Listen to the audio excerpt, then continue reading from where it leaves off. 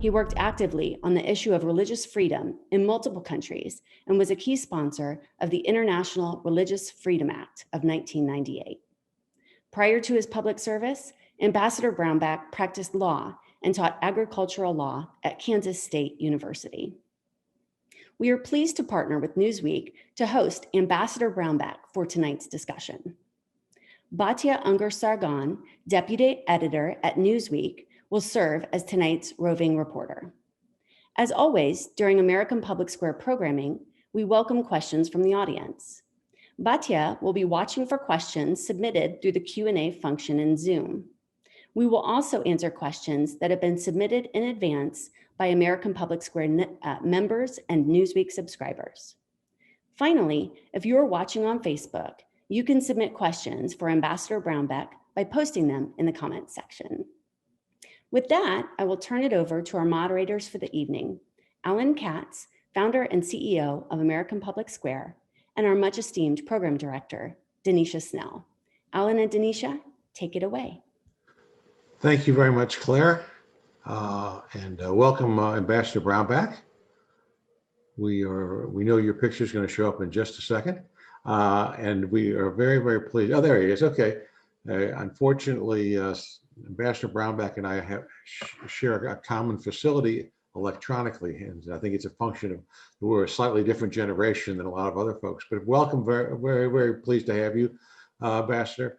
And I'm pleased to join you, even if it's through my own difficulty that I have to struggle. But thanks. Believe me, I've just moved to my wife's computer, so I have a similar problem. It really is a pleasure to have you with us tonight. And really, what I wanted to start off with was I read the really interesting article that you were interviewed for in the Kansas City Star earlier this year, and you talked about the issue that was dear to your heart of racial reconciliation. And so I thought that we should sort of start this discussion by saying, in effect, what do you mean by that? What do you see as racial reconciliation? It's really a society that's reconciled with itself. And we're not the first country to have to wrestle with this. South Africa wrestled with it after apartheid. I've been to Rwanda a dozen years after they had an internal genocide, and they had to wrestle with these sorts of issues. Canada has had to wrestle with New Zealand and Australia with issues dealing with First Nations and then being displaced by European settlers and all the conflict and the treaties and broken treaties that were there. And I kept seeing these issues coming up time and again, and a lot of just heartfelt anger and bitterness towards people's American experience. And you started reaching out to people saying, what do we need to do to resolve this set of issues and to work on it and to actually get to the heart of it? I remember specifically 18 years ago, I met with a group of Native Americans, primarily from Oklahoma, coming into my office and through tears, just expressing, these are the things they were concerned about. And I said, well, what do we need to do? And one of the gentlemen who's since become a good friend, Nigel Big Pond, said, well, I think there needs to be an official apology. I started working on one after that, and it wasn't until 2009 that we got it passed, but we did get it passed. And I think it's that sort of process and vetting to really bring the society and culture together in a factual setting, but to reconcile it is the thing that we've just got to go through as a country. So, Ambassador Brownback, I want to hear from you, in your opinion, what got us here as a country where we are now? What are the circumstances that got us to this place? Well, I think it's a long story. Honestly, you can hear people talk about the original sin in America of slavery. I think at its root, really the whole issue that we're talking about is the spilling of innocent blood. I'm a man of faith, and when you spill innocent blood, it defiles the land. The land screams out. And I know that's hard in a Western mind to kind of grasp, what does that mean? But you can see it in people when there's an anger and a bitterness about their experience. And I think we have to go back and address that set of issues of the spilling of innocent blood, particularly of Native Americans and African Americans, that was done in many respects as an aspect of government policy. This was US government policy. And that's where I started getting engaged with it, was not talking about issues that happened communally, but what have we done? We fought a war over this on the African American issue. And yet we still never, kind of went back and said, yes, we did this. It was government policy. It was wrong. We apologize for it as an effort to lance the boil and to try to move the society forward together. We've made great strides, in my estimation, of racial integration and discussions and engagement, but we still haven't really dug into the root of the issue. And until we do that, I think we're going to continue to really periodically struggle with these issues. So let me ask you this, if I can. How do you see, in the current political climate, do you see an opening for, there being moved towards reconciliation? Because it appears that almost every action has a reaction, and we see, and so many of these things are seen as zero-sum games. How would you think we should, what prospects do you think for going forward, and what would you recommend? Well, I think we are actually in an era of reconciliation, and I would ask people, if we don't do this, do you think it just gets better on its own? Do you think we've solved the problem? John Lewis, Congressman John Lewis, is a friend of mine, and we worked together on the African American Museum of the Smithsonian that's now run by a Kansan. And I carried the bill in a Republican House, Republican Senate, Republican President, and got that through, and it's standing on the mall today in Washington, D.C. I worked with Byron Dorgan on the Native American apology, which is short, and I could read it here over the air to you. I would just say to people, if we don't do this and go back to the very root of things and have like a Truth and Reconciliation Commission, like what was done in South Africa or Rwanda, or an apology ceremony, and moving forward from that, like what was done in Canada or New Zealand, what do you suggest we do to solve the problem? We obviously have an issue here. There's obviously a divide. There's obviously problems. And the government should be in a process of trying to solve or address these sorts of root issue problems dispassionately. That's a really tall order to call for. Bipartisan wise, this would have to be a bipartisan commission to do this. But until we do, you're just not going to get at peace. You're not going to get the resolution. And historically, think about this. We've had different waves of trying to deal with this problem, but never really have we dug into the root of it. And so it just constantly keeps coming back.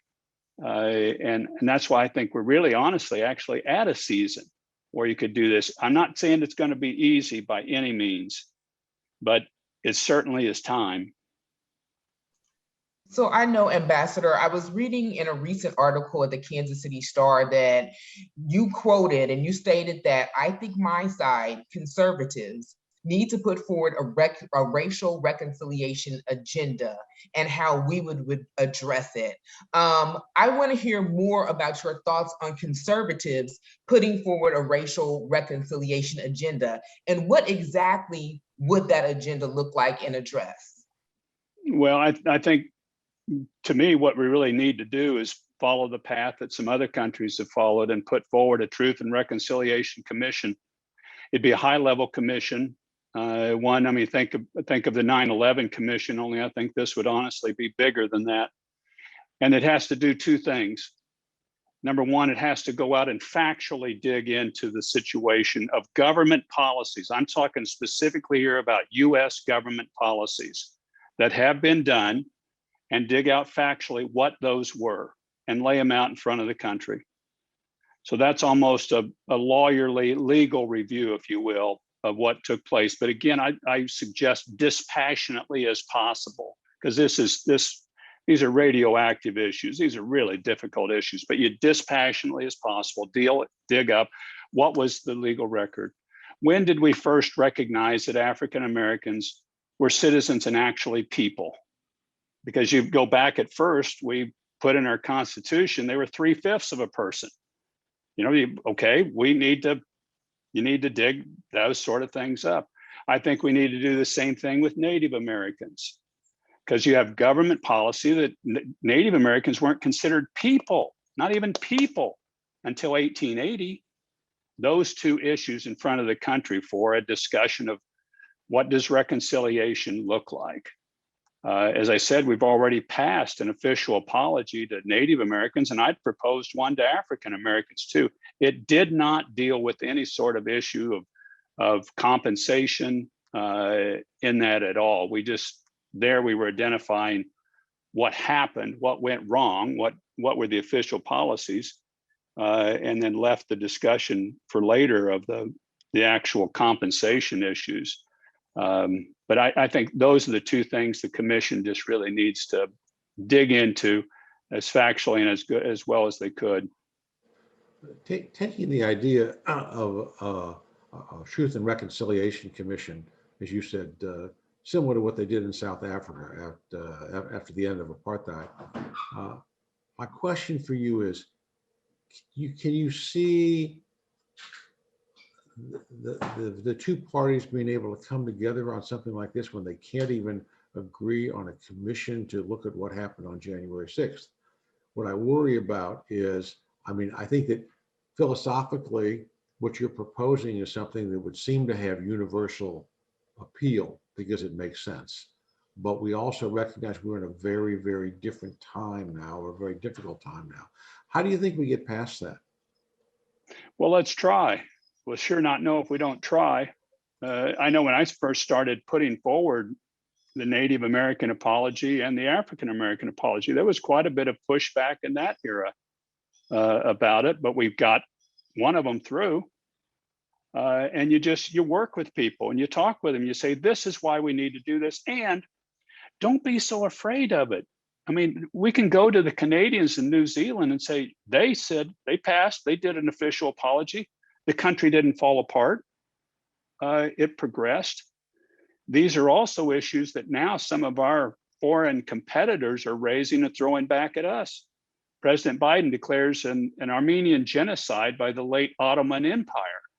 And what did they say?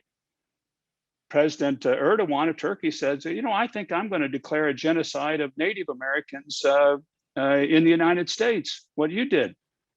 And to me, that then honestly, at the end of the day, plays to our strength. We're a democracy, we're an open society, and we have made we've made mistakes. That has happened. And what you do in an open society is you say, that did happen and it was wrong. We acknowledge that. We ask for forgiveness for that. And now let's try to figure out how we put things back together as we move forward. That's how you deal with original sin, if you will, as what slavery was been referred to in this country. When I'm convicted of my sin, I don't just sit there and just say, I'm just going to take this. I go to God and ask for forgiveness. And there may be consequences of this, but we can ask for it. And this is a very forgiving country too. I think you have to remember that people will, but they want you to know that you did something that was wrong, and acknowledge it. So I'm more optimistic, I guess, than you folks are. Plus, I just don't see another route forward. I say, let's be optimistic. So let's talk about that. Aside from reparations, which in my opinion is kind of what I hear you saying, what policy would you start with this racial reconciliation? I know that even looking in my own family and the policy that we've been affected by in real time, what do you suggest, in your opinion, what would be the first policy that you would go to and look at, or would it be reparations? Well, I think you're jumping past the Truth and and reconciliation part. I think you got to first dig out the legal factual setting, and I think you have to dig out as many experts as you can of the consequences. I'm talking now as a policymaker. This is what I would want. I want to know, give me the factual setting here, legally and factually as much as possible. But let me give you an example of this on a micro scale. Georgetown University, about a dozen years ago, acknowledges that they had slaves. They'd owned slaves. They acknowledged that this was wrong. They asked for forgiveness for it. And then they said to the public and to the people, they said, if you are a descendant of these slaves, we will give you admission into Georgetown University and full tuition. We'll pay for all your costs. Now, I don't know even yet today if they've had anybody step up and take them up on that. But I thought that's the sort of process you got to go through. We did it. We acknowledge it. We ask for forgiveness. And here's what we want to do to try to make this right. You know, again, maybe there's too much references here to what I see as a faith analogy, but King David in the Bible breaks his treaty with the Gibeonites. It doesn't rain for 3 years. He goes and he prays to God, says, God, it hadn't rained for 3 years. What's the problem? God says, you broke your treaty with the Gibeonites. He said, I didn't do that. That was Saul that did that. It was somebody else that did that. That's not me. He said, it doesn't matter. You're in the line of succession. And it was what the nation did. So David goes to the Gibeonites and he asks this great question. What must I do that you would bless me? What must I do that you would bless me and bless our people?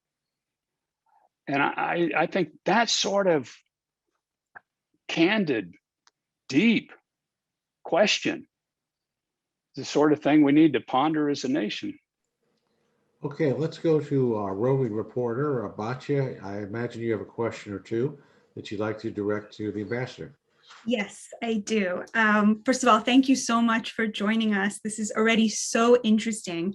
I'm going to try to pull a bunch of questions together because we have a bunch of them and they're all really good. So I'm going to read you one question and then I'm going to ask you a sort of larger question to frame it.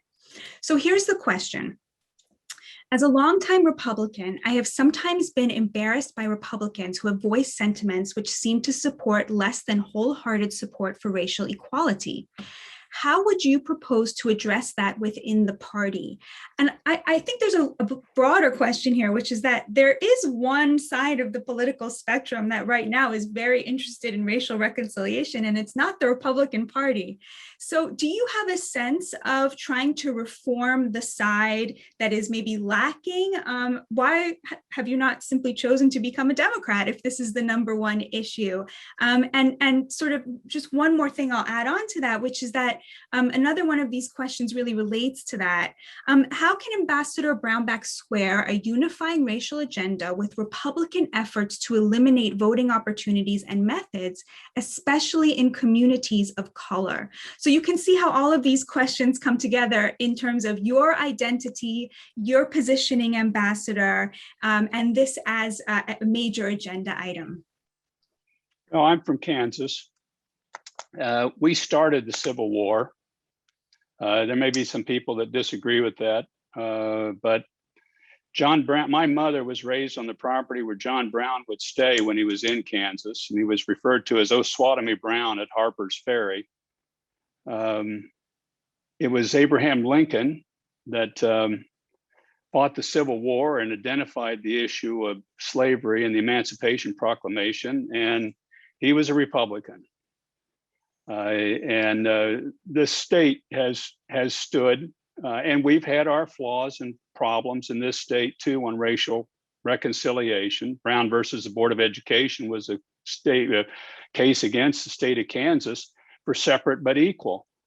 But we've also, I think we've done some right things. So I'm not about to abandon my party when you got a legacy like Abraham Lincoln's, the first Republican president. And also too, and I don't want to get into divisive party politics at this point. I think really you just look for people of good faith and goodwill around. But in my way of thinking, I'm pro-life, and the basis of being pro-life is the inherent beautiful undeniable dignity of each and every person from the very point of start to the very end. And to me, that should be our basis of racial reconciliation, is the inherent dignity and every person's created in the image of God. Now, I fail at that many days, okay? I am by no means perfect. I've got lots of problems.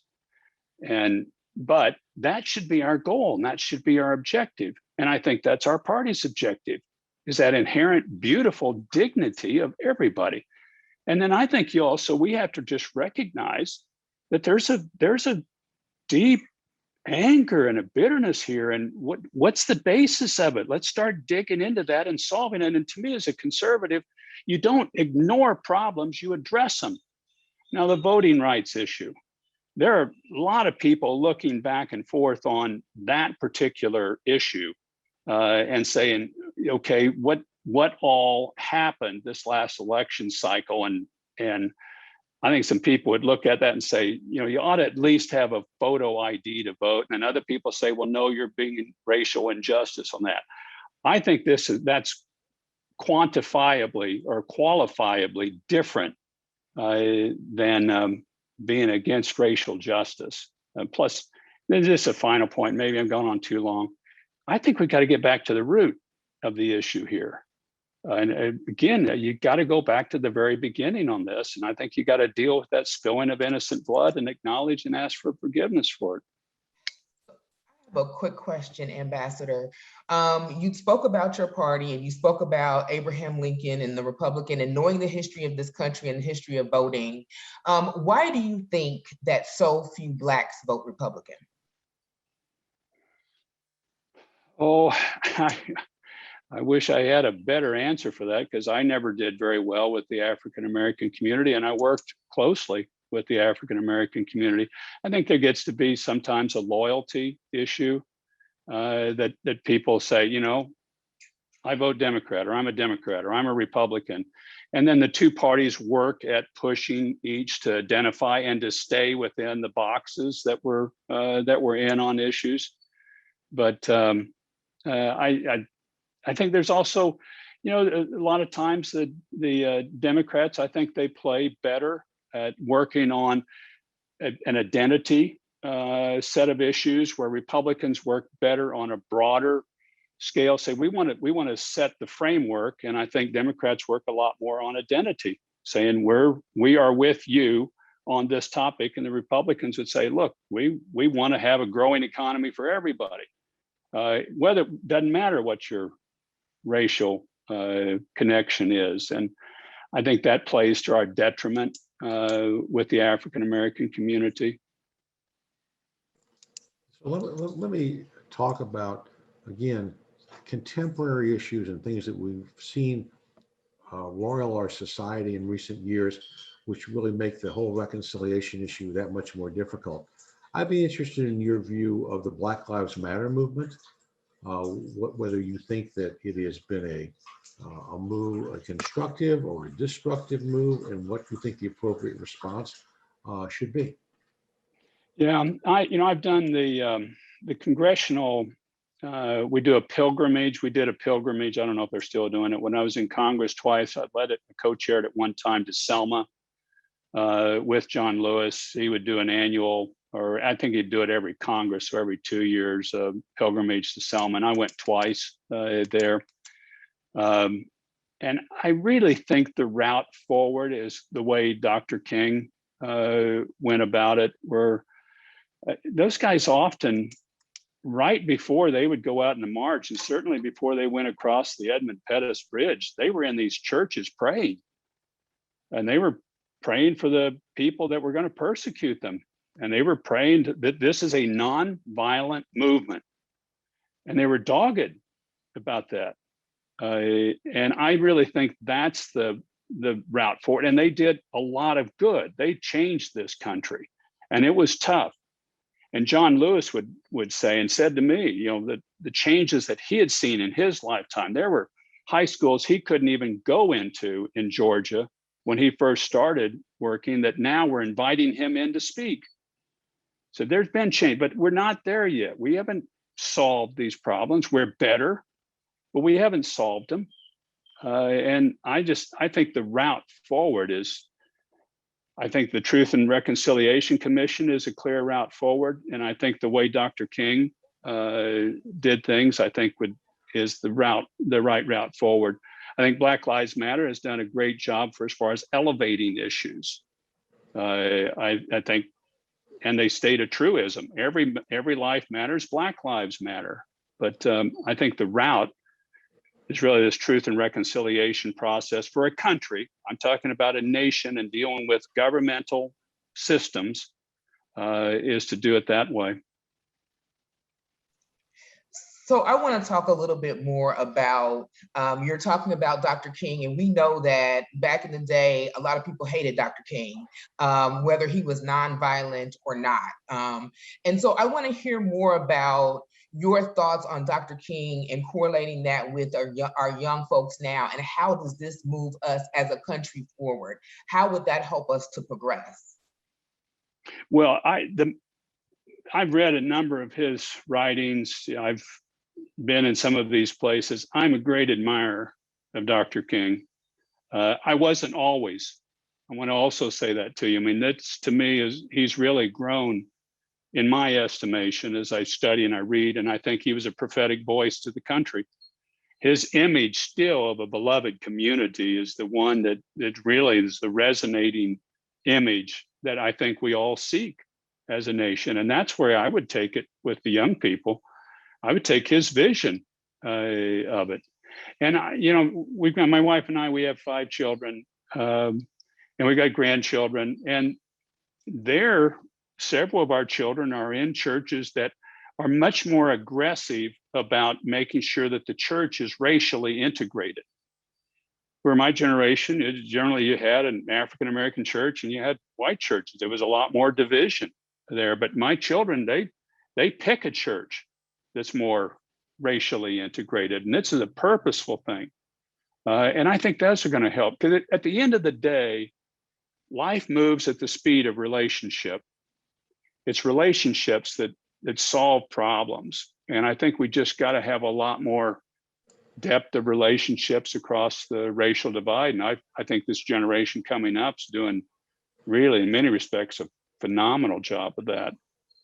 Well, let me just go back again, because I grew up in the 60s and watched the civil rights movement unfold.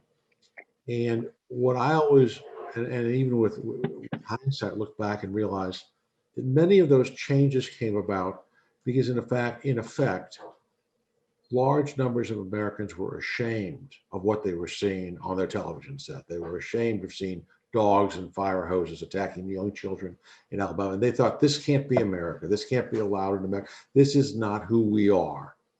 And yet we had a riot on January 6th, and we have a lot of, our leaders don't seem to be able to figure out a way to even talk about it without accusing each other of all kinds of other things.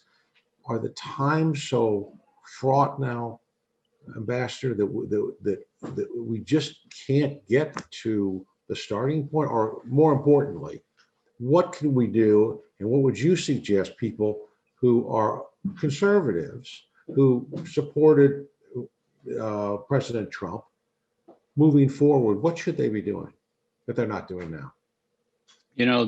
I had a guy give me a vision of a healing highway, that we need to get a healing highway in the United States, but it's overgrown with trees and brush right now. We just haven't figured out how to get people to come together, but I think it's time we start.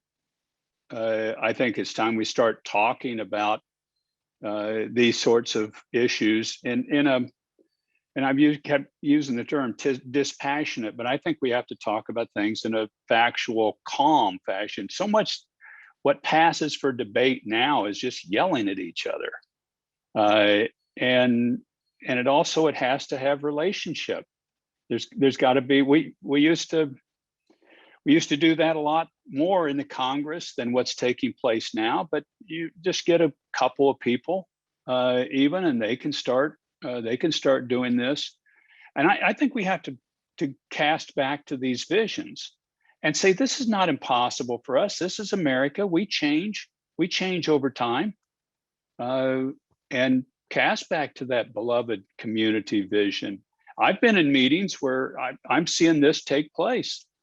Now, it's not in Congress, but there's no reason this can't. We just had the National Day of Prayer last week, and Nigel Big Pond, man I mentioned earlier, and I presented the Native American apology there publicly that had passed in 2009. The president needs to present it to Native American leaders.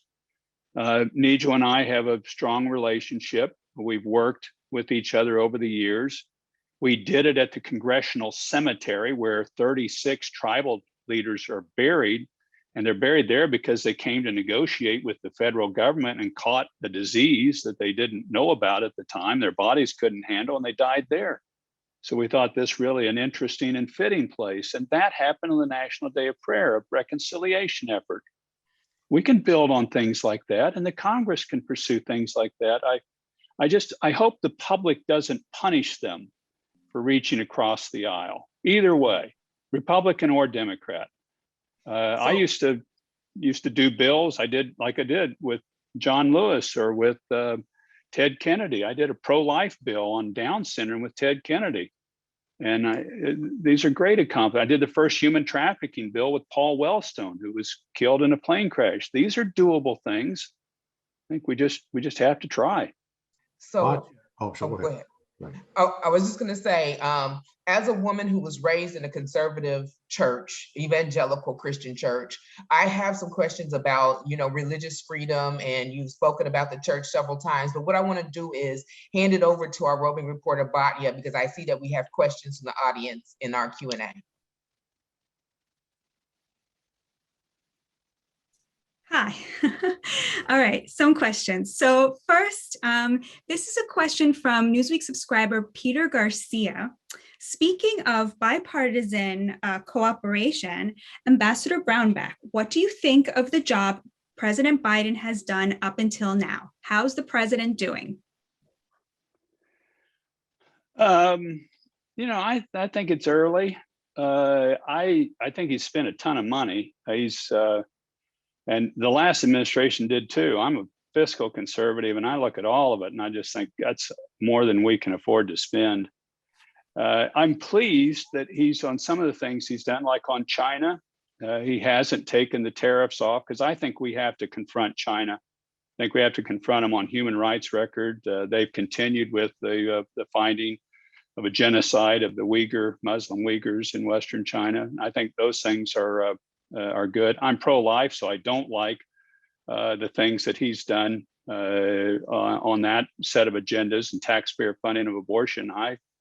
I think that, to me, this is wrong. This is killing an innocent life. So I think there's a mixed set of issues here at the outset. Joe, I know him. We served together in the Senate. I got along well with him. Enjoyed his company, but to me, it'd be mixed, but those would be some of the things back and forth. And here's another question from a Newsweek subscriber named Shell. All right, so you have, this is really about your role as U.S. Ambassador at Large for International Religious Freedom. That's where this one is coming from. So one person says the free exercise of her religion is prohibited if it's legal for people to do business on Sundays, to have abortions, for physicians to assist in suicide, and if gay marriage is legal. Another person says Congress is making laws establishing religion when making those practices illegal. Which of these two people do you agree with? I don't know that I would agree with really quite the framing of the question. I understand what you're getting at. To me, the center issue here, and I hope this legitimately gets at your question, is a question of, do you have a freedom of religion, or do you have a freedom of worship? And people might say, well, what's the difference of that? Freedom of religion is that you get to take your beliefs into the public square peacefully. You can't do this violently. You can't go say, I'm going to blow this building up because I think God told me to do it. But also, you're not just confined to your house of worship. where you can express your opinions here, but nowhere else. I believe we have freedom of religion. I believe it's a fundamental right. I believe it's a foundational right. And you're seeing a lot of countries get this wrong, where they're trying to really limit this and just limit it on one and then persecute minority religions, or even there are countries of faith that persecute people that are atheists. And to me, that's a violation of their freedom of religion. So that's where I would really draw the distinction is that I think this is a broad-based fundamental right that you have to be able to take in the public square as long as you're peaceful. That's so interesting. And it actually gets to another subscriber's question, John Golsby, who asks, and you kind of answered this, but I would love to hear you speak a little bit more about this. Do atheists have religious freedom and equality rights under the law? Yes, and I've fought for them.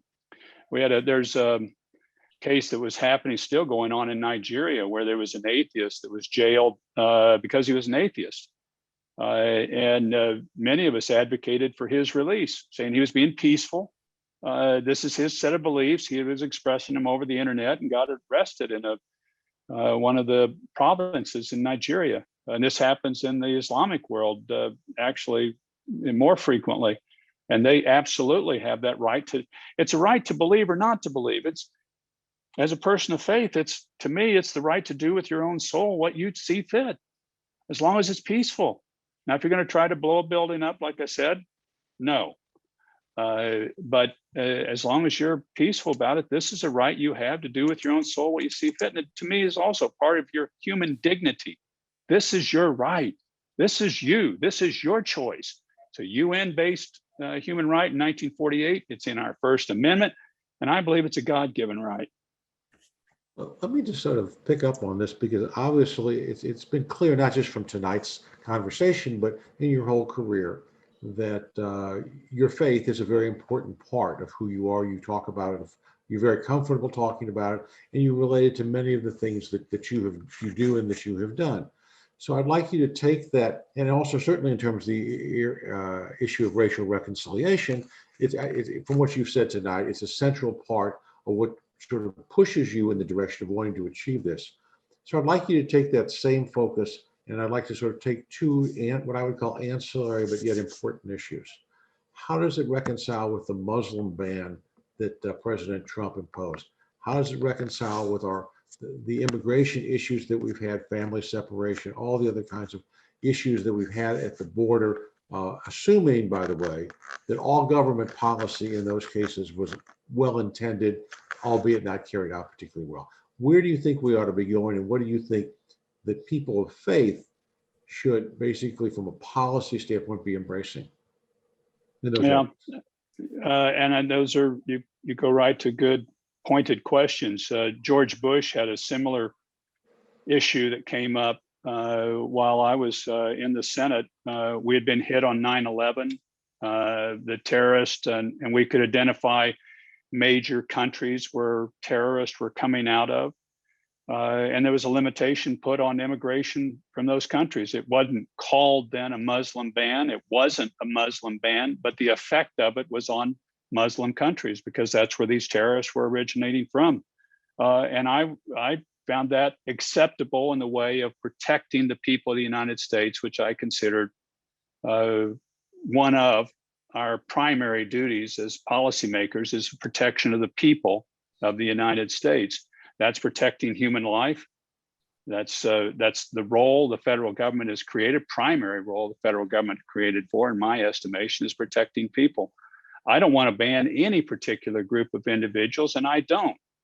But if you're going to originate, if we're seeing the origination of a terrorist from a particular area, I think that's in keeping people safe in the country.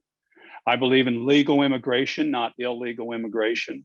I would have higher immigration limits in this country, and I'd have a more robust policy opening for immigration. 2 of my children are from overseas.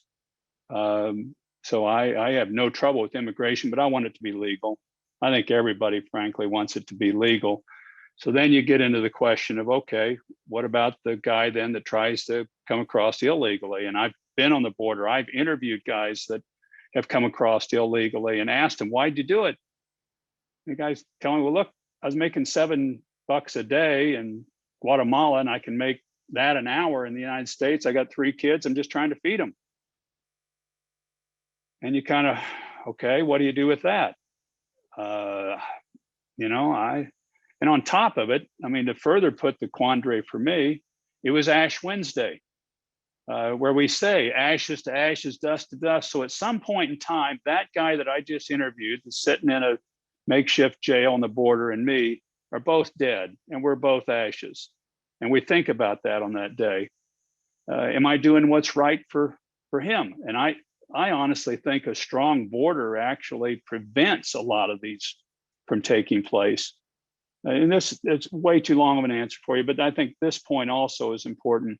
We take a lot of immigrants in the United States, more than any country in the world, of total immigrants that we take in. A lot of them are forced out of countries, and many times it's because of their religious convictions that they're forced out of countries. And we take people. I think we ought to be pushing on those countries to not kick them out and to allow them to freely practice their faith. That's the kind of shift in policy that we're trying to do, is to make the place safe for them instead of them being forced to leave. So Ambassador Brownback, as Alan stated before, you've brought up your faith quite a bit. And as a Black woman who was raised in a conservative church, that was mostly, we were one of the few Black families, very few Black families there. I have a deep understanding of the conservative faith and evangelical faith.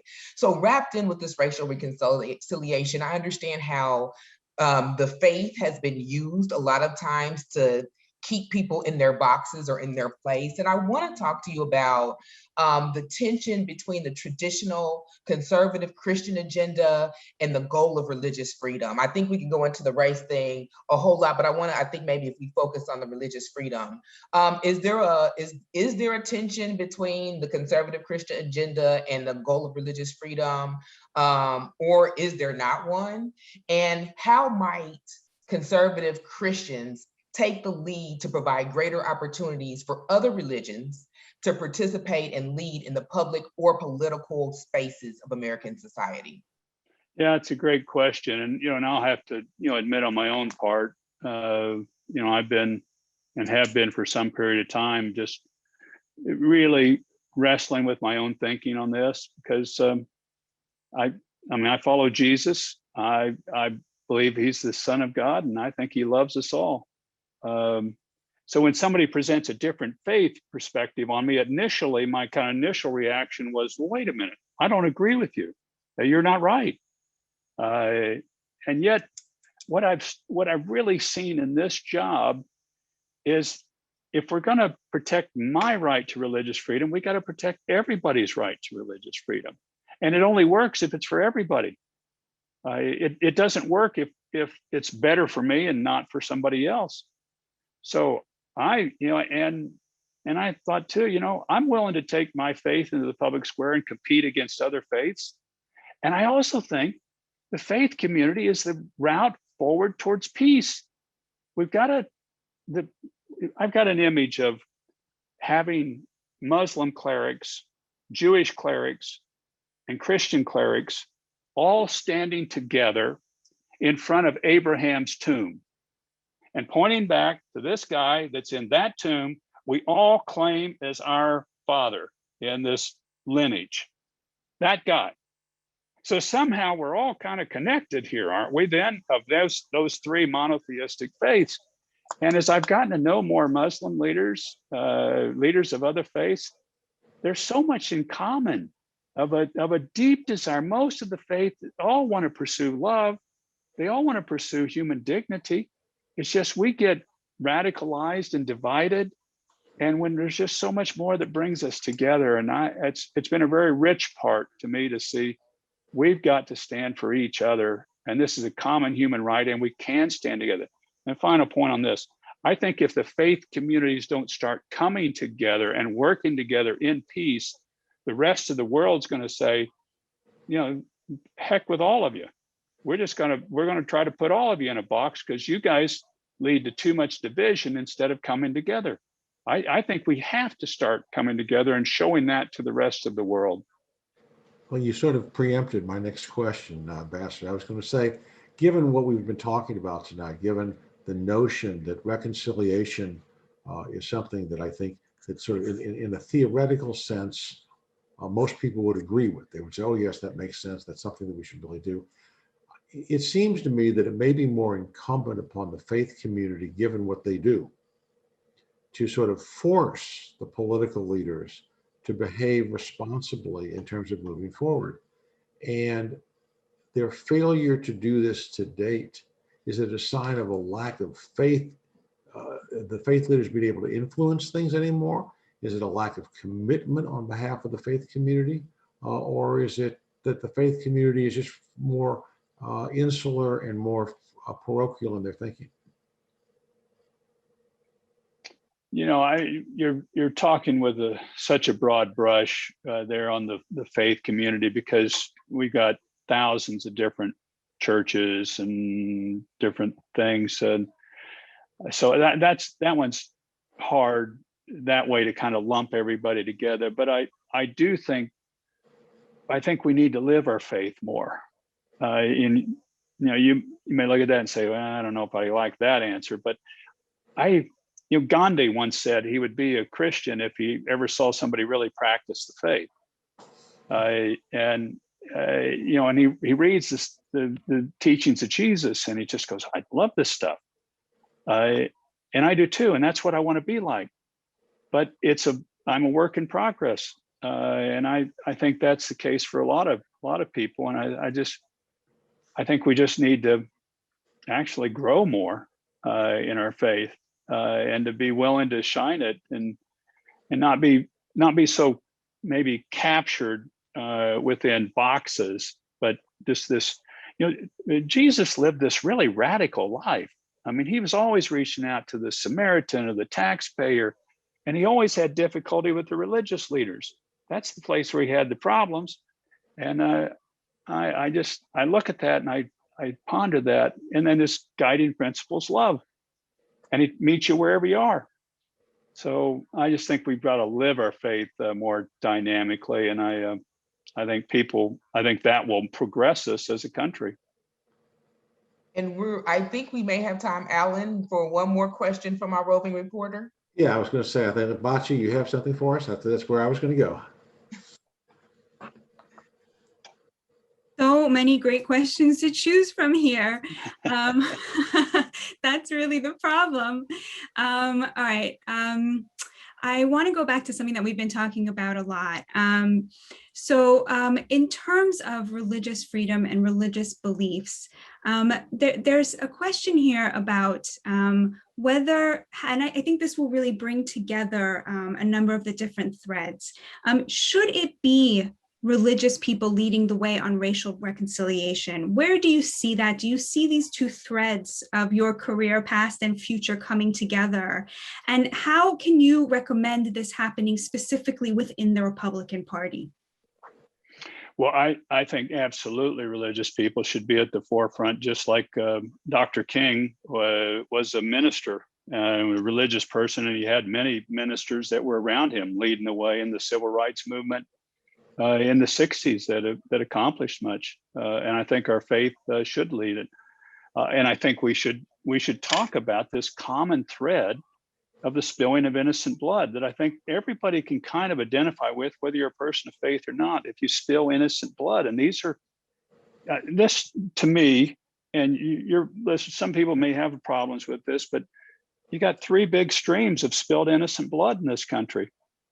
You've got what happened to the Native Americans, and there was atrocities back and forth, but there was a lot on our side of the white settlers, African Americans, and the forced slavery, and abortion. Now, some people agree, disagree with that, but spilling of innocent blood. And these are like three veins that are woven together, and they all have this common thread to them. And that's why I think we've really got to get back to the basic of that issue and recognize the trauma that it's visited on the country continuously and will continue to until we actually deal with the roots of these problems. You know, as we reach a conclusion of this program, Ambassador, we oftentimes ask our guests, now what? In other words, what would you, if you were to issue, if you will, a clarion call to the people who are watching this both tonight and who will watch it, you know, and once it's been recorded and reposted, what would you say? You know, I'm Sam Brownback. This is what I think we need to do in terms of racial reconciliation in this country, and this is what you would like for people to accept as a personal responsibility. Two things. One is really, I think it's time for the president to bring in the Native American tribal leaders from across the country and to present the official apology publicly to them and to the nation and to the world. That's something I'd asked of the Obama administration, the Trump administration, and I asked of the Biden administration. That's there. The law has passed. The apology is written. It just got to be presented by the president. It has to happen for that piece to start.